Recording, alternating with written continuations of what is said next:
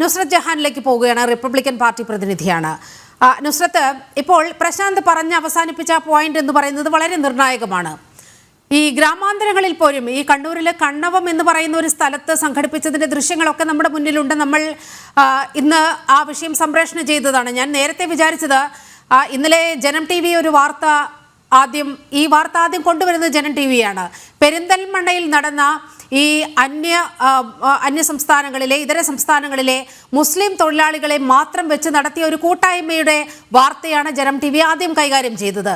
പക്ഷേ പിന്നീട് അങ്ങോട്ട് നമ്മൾ ഈ വിഷയം പരിശോധിച്ചപ്പോൾ, ആ വിഷയത്തിലേക്ക് ആഴ്ന്നിറങ്ങിയപ്പോൾ നമുക്ക് മനസ്സിലാക്കുന്നത് അവിടെ പെരിന്തൽമണ്ണയിൽ മാത്രമല്ല, കേരളത്തിന്റെ തലങ്ങും വിലങ്ങും ഗ്രാമാന്തരങ്ങളിലും നഗരങ്ങളിലും എല്ലാം ഈ കൂട്ടായ്മകൾ കൂണുകൾ പോലെ വളരുകയാണ്.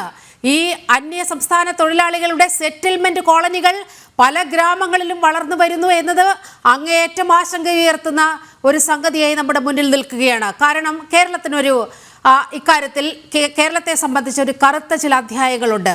ഇവിടെ ഇസ്ലാം തീവ്രവാദം അങ്ങേയറ്റം ശക്തി പ്രാപിച്ച ഒരു സംസ്ഥാനം.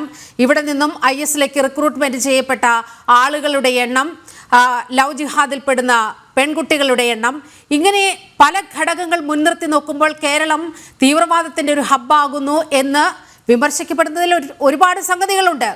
അതിൻ്റെ കൂടെ കൂട്ടിച്ചേർത്ത് വായിക്കാവുന്ന ഒരു സംഗതിയായി ഇപ്പോൾ ഈ അന്യ സംസ്ഥാനങ്ങളിലെ മുസ്ലിം തൊഴിലാളികളെ സംഘടിപ്പിച്ചുകൊണ്ടുള്ള ഈ കൂട്ടായ്മകൾ രൂപം പ്രാപിക്കുകയാണ്.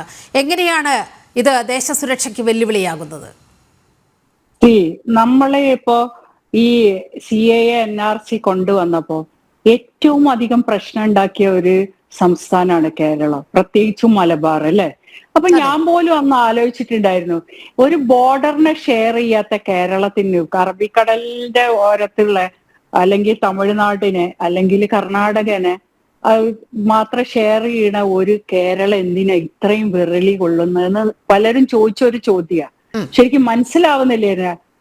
അത്രയ്ക്കും ഇതായിരുന്നു, ദുരൂഹമായിരുന്നു ഇവരുടെ ഈ ഇത് കണ്ടിട്ട്. പ്രശ്നങ്ങള് മുസ്ലിം ലീഗിന്റെയും CPM-ന്റെയും കോൺഗ്രസും എല്ലാരും ഇറങ്ങി തിരിച്ച് ഇവർക്ക് എന്താണോ ഈ ബോർഡറിലുള്ളവർക്കല്ലേ ഇത്രയും പ്രശ്നം വരെ, ഇവരാരെങ്കിലും അപ്പുറത്തുണ്ടോ?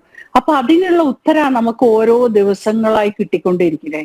അപ്പൊ ഇത്രയും പേര് അവരൊക്കെ അവിടെ കൊണ്ടുവന്ന് താമസിപ്പിച്ചിട്ടുണ്ടായിരുന്നു. ഇത് ഇന്നും ഇന്നലെയും തുടങ്ങിയല്ല, നമ്മൾ അറിയാൻ തുടങ്ങിയത് ഇപ്പോ ഒരു മോദി യുഗം വന്നിട്ടാണ് ഇതിനെ അഴിച്ചുപണി തുടങ്ങിയത് കൊണ്ട് മാത്രം മനസ്സിലാക്കുന്നത്. ഈ ബംഗ്ലാദേശികളും മറ്റും ഇവിടുന്ന് നുഴഞ്ഞുകയറ്റക്കാരും കേരളത്തിൽ എത്തുന്നത് ഒരു 10-20 വർഷമായിട്ട് തുടരുന്നതാ. എല്ലാരും കല്യാണം കഴിച്ചു, സെറ്റിൽ ചെയ്തു, മലയാളം പഠിച്ചു ഒക്കെ അവിടെ ഉണ്ട്.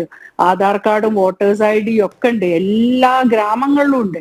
പക്ഷെ അത് നമ്മൾ മനസ്സിലാക്കിയില്ല. പക്ഷെ മനസ്സിലാക്കാൻ തുടങ്ങിയ ദൈവത്തിന്റെ കയ്യൊപ്പ് എന്ന് പറയുന്നത്, ഭീകര പ്രവർത്തനങ്ങളുമായിട്ട് കേരളത്തിൽ ട്രെയിൻ കത്തിക്കാൻ വന്നതും കൊലപാതകങ്ങൾ ഉണ്ടാക്കിയതൊക്കെ മുസ്ലിം അന്യ സംസ്ഥാന തൊഴിലാളികളായിരുന്നു. ഇവർക്ക് അതിഥി എന്ന് പേരിട്ട് നമുക്ക് പറയാൻ പറ്റില്ല വേറൊന്നും. അപ്പൊ ഈ അതിഥികളൊക്കെ വന്ന് അവിടെ അക്രമം കാണിച്ചപ്പോ തൊട്ടാണ് നമ്മളെ പോലുള്ളവർ പോലും ഇതെന്താ ഇങ്ങനെ ഒരു സംഭവം നോക്കുന്നത്. അപ്പൊ അവർക്ക് പോലും ID കാർഡ് ഇല്ല. കേസിനെ പറ്റി ശ്രദ്ധിച്ചിട്ടുണ്ടോ? ആ കേസുകളൊന്നും പിന്നെ അതിന്റെ വിശദീകരണം മാധ്യമങ്ങൾ അടക്കം തരാതിരുന്നു. മുഖ്യധാര മാധ്യമങ്ങൾ ഇത് വെളിച്ചത്ത് കൊണ്ടുവരാൻ വളരെയധികം പാടുപെടുന്നുണ്ട് കേരളത്തില്. അപ്പൊ ഇവരെല്ലാം നരേന്ദ്രമോദിക്ക് അമിത്ഷാക്ക് എതിരെ ഇറങ്ങി പ്രവർത്തിച്ച ഇവര് അന്ന് ഇതിന് ചുക്കാൻ പിടിക്കുന്നത്, ഇതിനെതിരെ ചുക്കാൻ പിടിച്ചത് ഇവരെ വളർത്താൻ വേണ്ടിയിരുന്നു. അപ്പൊ ഇങ്ങനെയുള്ള കേസുകൾ വരുന്ന സമയത്ത് അവരെ മുഖം മൂടി ഫുൾ അഴിയണോടത്ത് വെച്ചിട്ട് ആ ന്യൂസ് അവിടെ നിൽക്കൂ. ഇതൊക്കെ നമ്മളെ പോലെയുള്ള ആൾക്കാർ എത്രയോ പേര്, അതാണ് കേന്ദ്ര ഇന്റലിജൻസും എല്ലാം NIA റോ പോലുള്ള ഏജൻസികൾ വരെ അത് നിരീക്ഷിച്ചിട്ടുണ്ട് എന്താണ് ഇങ്ങനെ നടക്കുന്നത്. കാരണം ഒരു ആവശ്യമില്ലല്ലോ അവിടെ ഇപ്പോ ഒരു കൂട്ടായ്മ ഇത് വന്ന്. ഇപ്പൊ നമ്മൾ കണ്ടു MEX7 കൂട്ടായ്മ, അത് വേറൊരു വിഭാഗം. ഇന്നലെ ഹമാസിന് വേണ്ടി രാത്രി പാതിരാവ് വരെ പ്രാർത്ഥിച്ച ഒരു വിഭാഗമല്ല, എല്ലാം പല പേരില് എല്ലാം വരുന്നത് തീവ്രവാദികൾക്ക് വേണ്ടി സപ്പോർട്ട് ചെയ്യാനും. ബംഗ്ലാദേശിലെ മുസ്ലിങ്ങൾ ഇപ്പൊ അവിടെ എന്താ ചെയ്യണ, ഭാരതത്തിലെ മൈനോറിറ്റി. അതോടൊപ്പം തന്നെ നുസ്രത്ത്, ഇന്നലെ നമ്മൾ എടുത്തൊരു വിഷയമുണ്ട്, ജനം തന്നെയാണ് ആ വിഷയം മുന്നോട്ട് വെച്ചത്, ശരീഅത്ത് പ്രസവത്തിന്റെ വിഷയം. ഇതൊക്കെ ഈ MEX7 പോലെ തന്നെ പല ഇങ്ങനെ പൊതിഞ്ഞു പിടിക്കപ്പെടുകയാണ് പല സംവിധാനങ്ങൾ. ഇപ്പോൾ ഓരോ ദിവസവും ഈ വിഷയത്തിലേക്ക് ഇറങ്ങുമ്പോൾ ഏതൊക്കെ വിഭാഗങ്ങളെ കൂട്ടുപിടിച്ചുകൊണ്ടാണ്, ഏതൊക്കെ വിഭാഗങ്ങളെ ചേർത്ത് പിടിച്ചുകൊണ്ടാണ് ഇവിടെ ജിഹാദി പ്രവർത്തനങ്ങൾ അരങ്ങേറുന്നത് എന്ന് കൃത്യമായി മനസ്സിലാക്കാൻ കഴിയുന്നുണ്ട്. അതെ, ഈ പ്രവർത്തനം പറയണ നമ്മൾ സംഘികളാവുക, സത്യം പറയണവനൊക്കെ സംഘികൾ. സംഘി എന്നുള്ള പേര് ഒരു മോശപ്പെട്ട പേരാണെന്ന് എനിക്ക് തോന്നില്ല, അവർക്ക് തോന്നണല്ലേ സംഘി.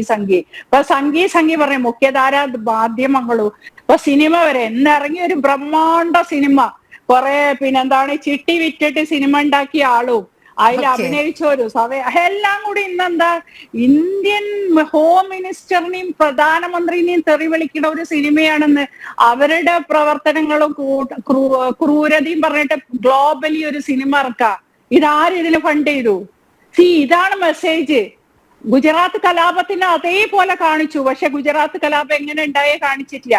ഇതുപോലെ മാറാട് കലാപം കാണിച്ചു. മാറാട് കലാപത്തിന്റെ പിന്നെ എന്താണ് അതിന്റെ കാരണം എന്ന് പറയില്ല. ഇവരെല്ലാത്തിനും ഉണ്ടാക്കും.